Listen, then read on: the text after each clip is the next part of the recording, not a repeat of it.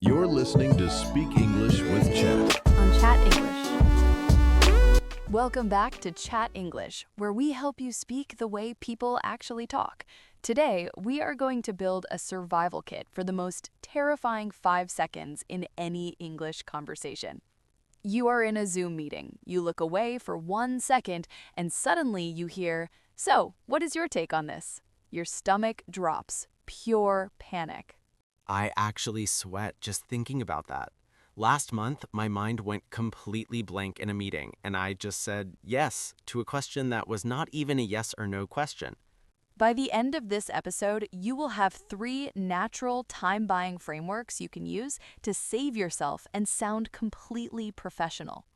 I really need this survival kit because when that happened to me last month, it was awful. The whole virtual room just went silent. I knew exactly what the topic was, and in my native language, I could have given a 5-minute brilliant answer. But because I was caught off guard, all my English just vanished. It was like someone unplugged the router in my brain. That is the perfect way to describe it. Your brain literally unplugs.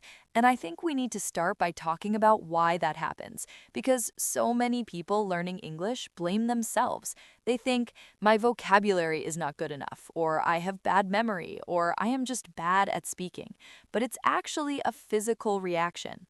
Exactly. It feels physical. My heart rate goes up, my palms get sweaty, and I suddenly feel like I have forgotten every English word I have ever learned.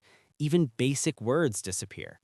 That is the fight or flight response. When someone suddenly calls your name in a meeting, your brain perceives it as a threat. It's exactly the same physical reaction as if a tiger jumped out of the bushes. Your body sends all its energy to your muscles so you can run away, and it takes energy away from the language center of your brain. So my brain is literally preparing me to sprint out of the office instead of answering the marketing question. Exactly. And the reason this is so important to understand is that you cannot force perfect English out of a brain that is in survival mode. You just can't. The harder you try to perfectly translate your brilliant idea, the more you panic. That is so true. I always try to build the absolute perfect sentence in my head before I open my mouth. I want the grammar to be flawless. But while I'm doing that, 3 seconds go by, then 4 seconds, and the silence just gets louder and heavier. And that silence makes you panic even more, which brings us to the biggest myth we need to break today. A lot of learners think that pausing is bad. Wait, is pausing not bad? Because when I'm sitting there in silence, I always assume everyone is looking at me thinking, wow, he has no idea what's going on. Doesn't pausing make it look like I do not understand the English? Not at all. In fact, rushing to answer instantly often makes you sound more nervous and less authoritative. The problem is not the pause itself. The problem is the empty, panicked silence. If you just stare at the camera like a deer in the headlights, yes, it looks bad. But if you take control of that pause, it actually makes you look incredibly smart and thoughtful. Okay, I love the sound of that, taking control of the pause. Because usually my only strategy is to make weird noises. I just say, well, how to say, and I drag it out forever. We all do that. But today, we're replacing those panicked sounds with professional time buyers. And before we get into the exact phrases, let's look at the situation we're talking about. We often call this being put on the spot. Wait, what does put on the spot actually mean? I hear people use that phrase all the time at work, but I'm never quite sure where it comes from. It's a great phrase to know. Imagine you're sitting in a dark theater. You're just watching the show, completely relaxed in the audience. Suddenly, a giant, bright spotlight swings over and points directly at your face. Everyone in the room turns to look at you. The director shouts at you to speak. That's what being put on the spot feels like. You're suddenly the center of attention without any warning. That is exactly how corporate Zoom meetings feel. You're just hiding in your little square on the screen, taking notes, and then boom, the spotlight is on you. And usually the question that puts you on the spot sounds something like this. So, Dan, what is your take on this? There's another phrase I hear constantly. What is your take? I used to get so confused by that because I thought take was a verb, like to take a coffee or take a bus. That is a very common point of confusion. In modern workplace English, people rarely say, "What is your opinion?" It sounds a bit formal or stiff. Instead, they use take as a noun. Your take is your perspective, your unique view on the situation. So if my boss says, "What is your take on the new budget?" she's just asking for my opinion. Exactly. You might also hear people say, "I have a hot take," which means they have a controversial or very strong opinion that people might disagree with. But usually, "What is your take?" is just a friendly way to ask for your thoughts. Okay, so the spotlight hits me. I am put on the spot. My boss says, "Dan, what is your take on this?" My heart is racing, my brain is empty. What is the very first thing I should say to survive? Your first survival phrase is this: "To be honest, I am still processing that." To be honest, I am still processing that. I like how that feels. It sounds very calm. It is incredibly calm, and it does something brilliant. It stops the silence immediately, so the awkwardness vanishes, but it also gives your brain a task. Notice the grammar we are using here. We do not say, "I processed that" or "I processed that." We say, "I am still processing." We are using that continuous ing action. I am processing. Yes, by using the present continuous, you are telling the room, "Hey, my brain is actively working right now." It shows that you're engaged. It shows you were listening. You're not frozen, you're just computing the information. It buys you a solid 3 to 5 seconds to let your heart rate slow down and let the English vocabulary come back to you. That makes so much sense. Because when I say, I'm signaling that I'm lost. But when I say I am still processing that, I am signaling that the topic is deep and I am giving it the serious thought it deserves. Exactly. You're turning a moment of panic into a moment of deep professional thought. Let's practice the delivery because how you say it matters just as much as the words. If you say it really fast with a high, panicked voice, it will not work. Right. If I yell, "I am still processing that," I just look terrified. Exactly. You need to drop your shoulders, maybe look slightly off to the side as if you're looking at a document, and speak slowly. Let's role play it. I'll be the manager. Dan, we just went over the terrible Q3 sales numbers.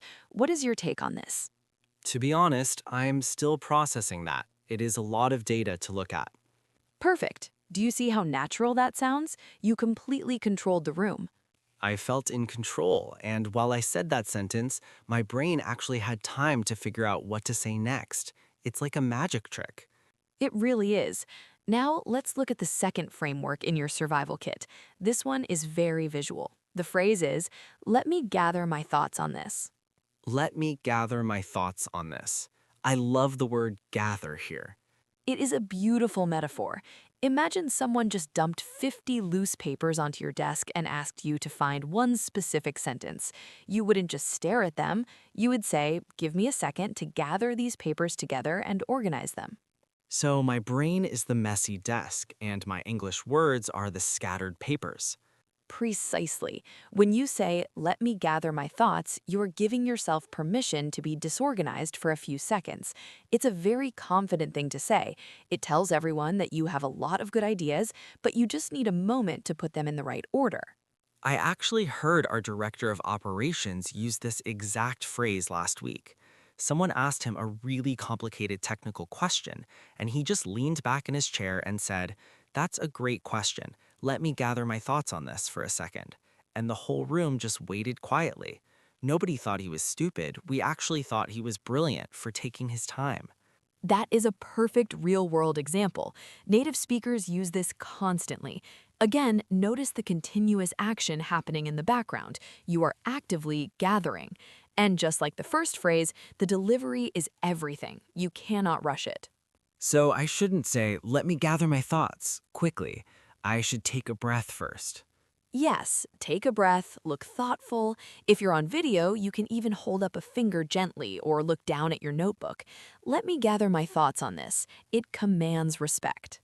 If you're finding these frameworks helpful so far and you want to keep building your natural English reflexes with us, make sure to subscribe to the channel and turn on notifications. We build these practical toolkits every single week. Now, let's put you to the test with a quick Chat English quiz. We're going to do a best reply scenario. Imagine you're in a meeting with a new client. The client suddenly asks a highly specific question about a software integration that you were not prepared to answer. You're completely put on the spot. Oh, I hate when clients do that. The stakes are so high. Exactly. So, which of these three options is the best, most professional way to buy time? Option A, I don't know. Option B, what? Option C, let me gather my thoughts on this. Well, I've definitely said option B in real life before. I just panicked and said, "What?" But it sounded really aggressive and the client looked offended, so B is definitely out. Option A, I do not know, is honest, but it makes me sound incompetent, especially to a new client. It just kills the conversation. So the obvious winner is option C. Let me gather my thoughts on this. You are absolutely right. Option C is the winner. Let's break down why option A is so damaging. Saying, I do not know, is a dead end. It stops the conversation completely and puts the burden back on the other person. It's like slamming a door in their face. Yes, but when you say, let me gather my thoughts on this, you're keeping the door open. You're saying, I do know or I will know, I just need a second to organize the files in my brain. It changes the entire dynamic. You go from looking unprepared to looking incredibly careful and strategic. Now, let's do an active pause and reply drill. I want everyone listening to actually practice this out loud. Do not just listen to us. You have to build the muscle memory in your mouth. Yes, say it out loud wherever you are right now. In your car, in your kitchen, just speak up. I'm going to play the role of the client again. I'm going to ask you a tough question. When I finish, I want you to immediately say, let me gather my thoughts on this. Ready? Here we go. So, how exactly does your team plan to handle the server migration next month? Say it out loud right now. Buy yourself that time. Let me gather my thoughts on this. Excellent. If you said it out loud, you just rewired your brain a little bit. You taught your nervous system that it is safe to pause. I felt that. Even just practicing it roleplay style, it feels like I have a shield I can pull up whenever I need it. But Alice, I have a question. Buying time is great. I can use these phrases to get 3 or 4 seconds. But what happens after that? I still have to answer the question. I can't just gather my thoughts for 10 minutes. That is the crucial next step. We call this the transition. You have bought the time, your heart rate has slowed down, but you still need to start speaking. The absolute best way to transition into your answer without panicking is to use our third framework, paraphrasing. Paraphrasing. That means repeating what they said but using slightly different words. Exactly. And the magic phrase for this is, if I'm understanding correctly. If I'm understanding correctly. I like that. It sounds very polite. It is incredibly polite, but it's also a secret weapon for your brain. Let's say the boss asks a complicated, fast question. Dan, what is your take on the new marketing budget and how it affects the timeline? You're put on the spot. First, you use your time buyer. Let me gather my thoughts on this. You pause. Then you use your transition. If I'm understanding correctly, you're asking how the budget impacts our launch date. Oh, wow, I see what you did there. By repeating the question back to them, I'm buying another 5 seconds of talking time where I don't even have to invent any new ideas. I'm just mirroring their ideas back to them. Exactly. Notice the grammar again. If I'm understanding correctly, we're keeping that continuous action. It makes the conversation feel alive and collaborative. You're checking for alignment. And it really helps when the audio glitches on Zoom. Sometimes I'm put on the spot, but I actually missed half the question because someone's microphone cut out. If I just try to guess the answer, I might say something completely irrelevant. But if I say, if I'm understanding correctly, you want to know about the timeline, they will either say yes or they will say no, actually I meant the budget. That's a massive benefit. It saves you from answering the wrong question, but linguistically, the real power is that it gets your mouth moving. A lot of the brain freeze happens because it's hard to transition from absolute silence to a complex English sentence. It's like trying to drive a car from 0 to 60 miles per hour in 1 second. You need to accelerate smoothly. Yes, paraphrasing is your smooth acceleration. Once your mouth is moving and you're saying words that are already familiar because you just heard them, your brain starts flowing. The English unlocks. I can completely visualize this working. I wish I had known this last month. I would have said, to be honest, I'm still processing that. If I'm understanding correctly, you are asking about the client feedback. And then I would have been perfectly fine. You would have looked like the most confident person in the room. Let's do a quick drill on this transition phrase. I'll give you a messy, complicated question. Dan, show us how to use the transition to simplify it and buy time. I'm ready. Dan, considering the recent drop in user engagement on the mobile app and the fact that we have less staff this month, what's your take on delaying the update? If I am understanding correctly, you want to know if we should postpone the app update because of the low staff numbers? Brilliant. You took a very long, stressful question and you boiled it down to the simple core. And while you were saying that, you had plenty of time to decide if your answer was going to be yes or no. It takes all the pressure off. I do not have to be a genius instantly. I just have to be a good listener. And that brings us to the biggest realization about speaking fluent English in professional settings. Fluency is not about speed. I think so many of us confuse those two things. We think if we speak at 100 miles an hour with no pauses, we sound like native speakers. But native speakers do not talk like that. Think about your native language. When someone asks you a deep, difficult question, do you instantly start talking at top speed? No, never. I pause, I look at the ceiling, I say, that is interesting, let me think. I take my time because I am comfortable. Exactly. You are comfortable taking up space. When you learn a second language, you often feel like a guest in the conversation. You feel like you have to speak as fast as possible to get out of the way so you don't waste anyone's time. Wow, yes, that is exactly how it feels. I feel like I am borrowing their time and I need to return it quickly. But you are not a guest. You are a professional, and your ideas matter. When you use phrases like, I'm still processing that, or let me gather my thoughts on this, you're claiming your space in the conversation. You're telling the room that your answer is worth waiting for. That completely shifts my mindset. Silence is not a failure of my English. Silence is just a pacing tool. It is the ultimate pacing tool. Let's do a rapid-fire recap of your survival kit so you can lock these into your memory. First, when you are put on the spot, you do not panic. You recognize that your brain is just having a physical reaction. Second, you stop the awkward silence by using a continuous action phrase. You say, to be honest, I'm still processing that, or let me gather my thoughts on this. Third, you transition smoothly by paraphrasing the question, if I am understanding correctly, and then repeat their main point. If you use this exact framework, you will never have to dread a Zoom meeting again. You have the tools to control the pace of any conversation. This is so practical. I am definitely going to use this. If you want to make sure you actually use it, here's your challenge for the week.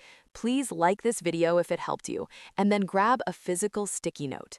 Write down your favorite time-buying phrase from today, either I'm still processing that or let me gather my thoughts, and stick it directly onto the edge of your computer monitor. Having it right there next to your camera is a lifesaver. When the panic hits, you don't even have to search your memory. You just read the note. Exactly. And we want to hear from you in the comments. Tell us about a time you were put on the spot. What question did they ask you? And how did you handle it? Write your story down below. Knowing that everyone else freezes up sometimes makes it so much less scary. You can definitely master this. It just takes a little practice. We know you can do it. Keep taking up space, keep practicing, and we'll see you in the next conversation.